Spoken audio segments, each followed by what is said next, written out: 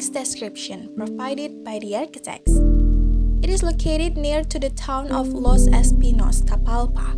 The project is conceived as a reinterpretation of vernacular architecture built with stone and wood. Its morphology consists of two double H shapes and a glass corridor that connects them.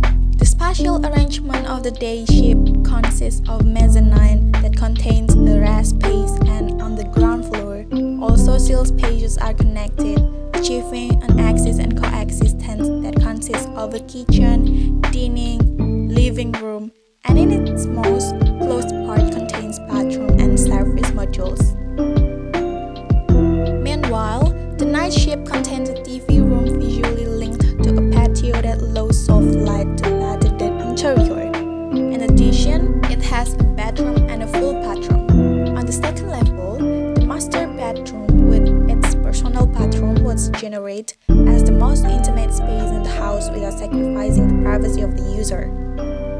The materiality consists of three base elements: local stone to generate the main volumes, regional pine present in roofs and frames, and glass to achieve internal transparency with the landscape.